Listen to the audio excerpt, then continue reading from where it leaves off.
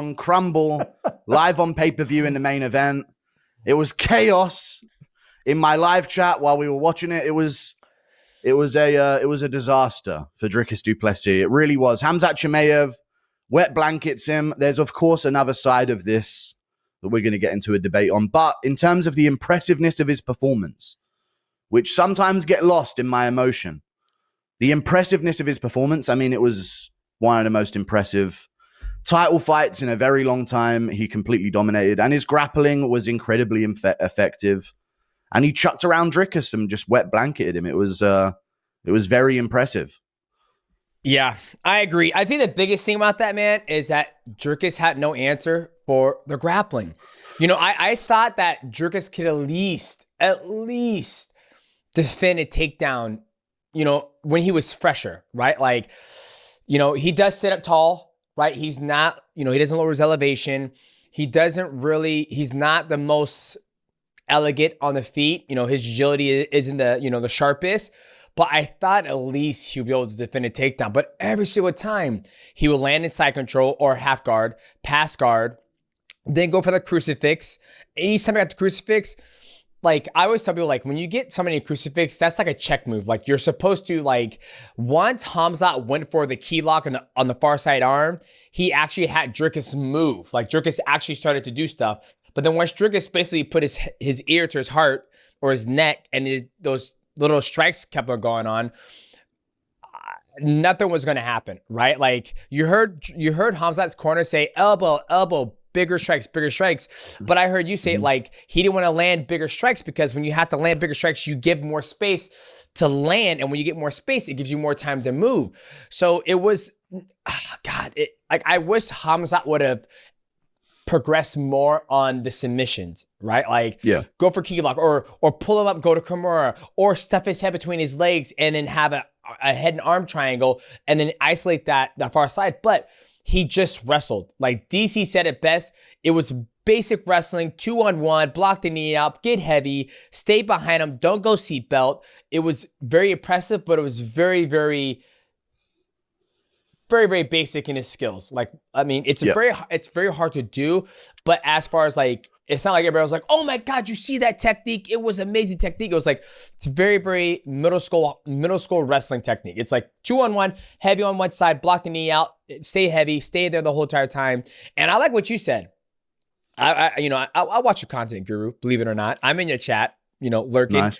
I love what you said. You said that they're supposed to progress in the fight. If they're not progressing the fight in order to finish the fight, then you stand them up. But then where does it come a point in time where it's on DDP to be able to make the adjustments, right? Because if I get your back and I sit there and just do those milking the cow shot, DDP's not going to get knocked out. He's not going to get finished, right? It's basically, I don't want to call it stalling.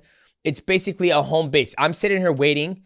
There's a couple times Khamzat was trying to swim for the neck, go for a neck crank, but the effort there wasn't really effort to finish the fight. Now, DDP part, he was trying to get the fuck up. He was trying to get up, hand fight, throw him. He was doing everything in his power to get out, but the only person who was progressing in that fight when he got it back was DDP. He was progressing to try to get out, where Khamzat was very content with just holding him there. Yeah. Now, we need to clear up a whole bunch there, because what we're talking about is when we're critiquing Khamzat's performances, to someone who's just listening to that, they're thinking, what are they talking about what Khamzat needed to do more?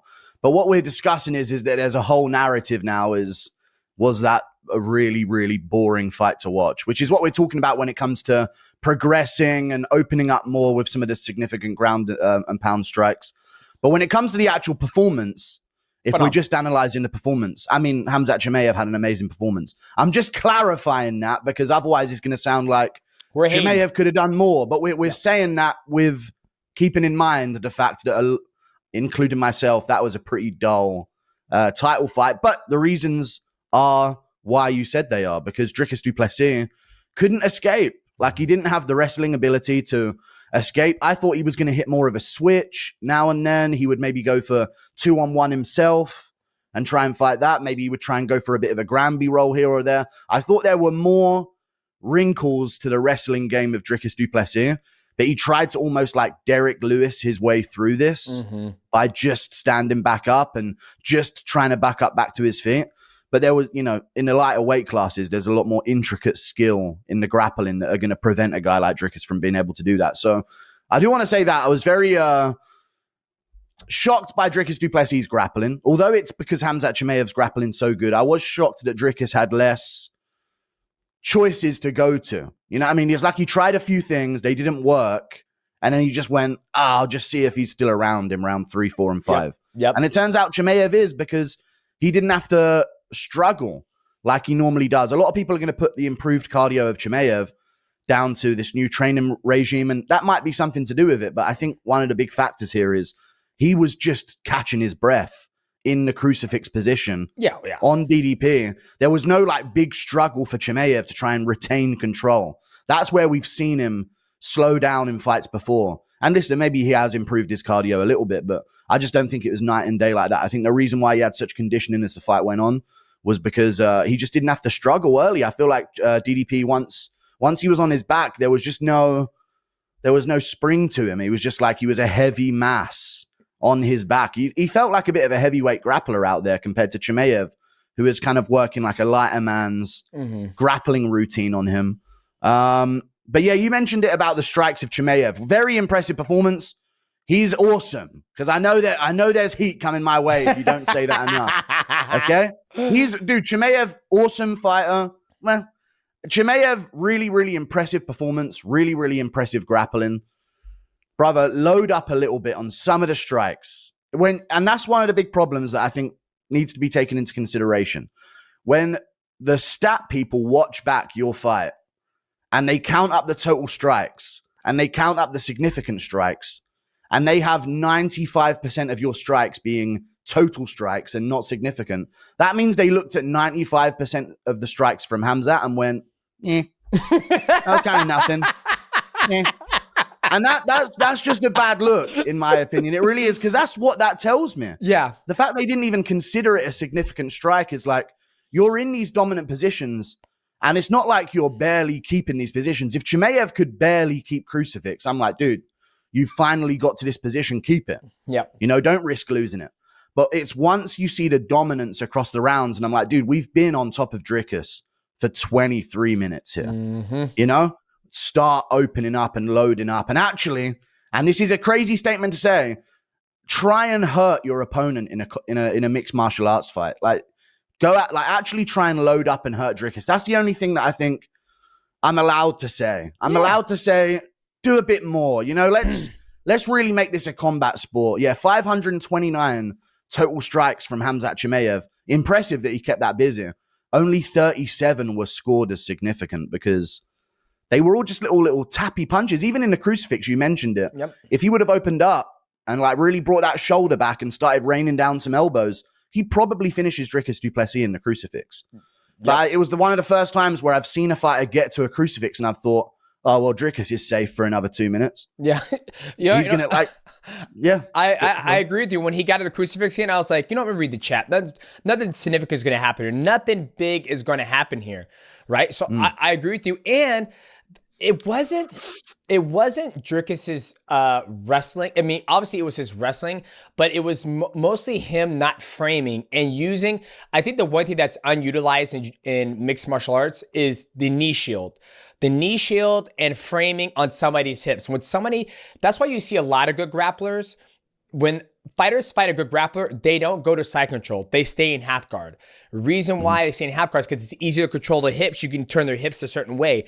If you go to side control, I can frame on your neck and your arm so you can't punch. Then your arm is on my hip. Then I can scoot. I can shrimp my butt away, put my left knee in between us, give myself a knee shield, and then I put you in basically a purgatory. You can stay back. You can't hit my head. If you come forward, I can go underneath your legs and sweep you, or I can start looking for triangle. I go for Kimura.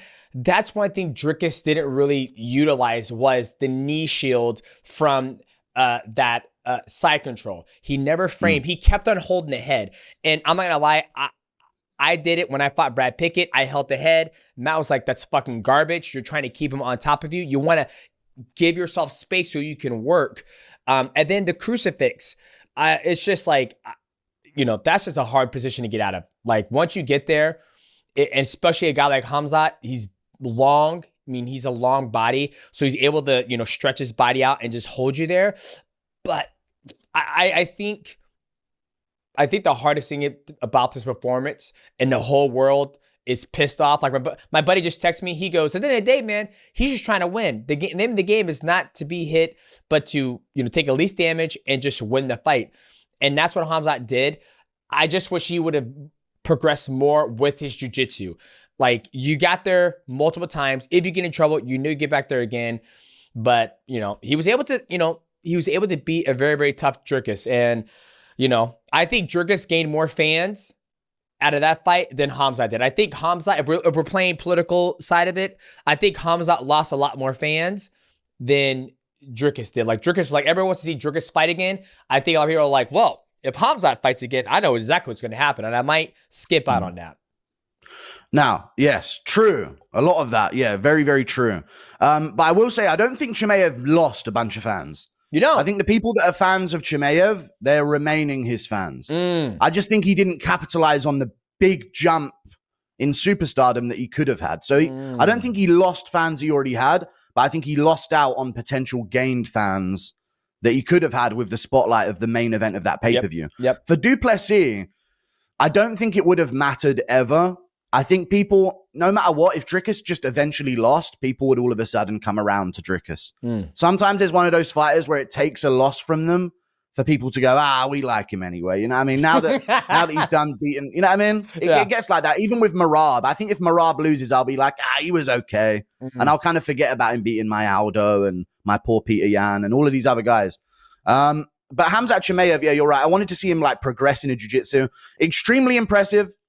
Amazingly impressive to do that to a large guy like Dricus. And you were talking about the crucifix and how, you think Dricus, Chimaev's body type is really good for that. The way he was sort of like getting his weight across Dricus. I think Dricus's anatomy was like the worst thing for him in those positions. Because when you think the majority of Dricus's weight is all in his upper chest, shoulders, arms. So he's like stuck in that part of his body. And Chimaev's putting his arm underneath Dricus between him and the mat. So he can't get any space away from Chimaev in that position. And then you got Dricus's gangly arms trying to tuck back in the legs of Khamzat to try and get out the crucifix. It was just Chimaev adjusted his grappling in a way that would work to control a muscle man like Dricus. I think if he did go for the back, that's where Dricus can stand up with Chimaev on his back and try some big muscle man moves to escape. Or if Chimaev tried to take mount, that's where Dricus can like big muscle man way is up, get to his knees, just stand up and try and sort of topple Chimaev off the top of him, which is actually what we saw happen in the later rounds where Dricus did hit a couple sweet reversals and show that he had a little bit of something once Chimaev had slowed down just a tad. But yeah, I don't know. It's a weird topic to discuss because I don't want to... I know how easy it is to seem like a casual for saying I have problems with Chimaev's style, but I do, man. I wanted a bit more out of Chimaev.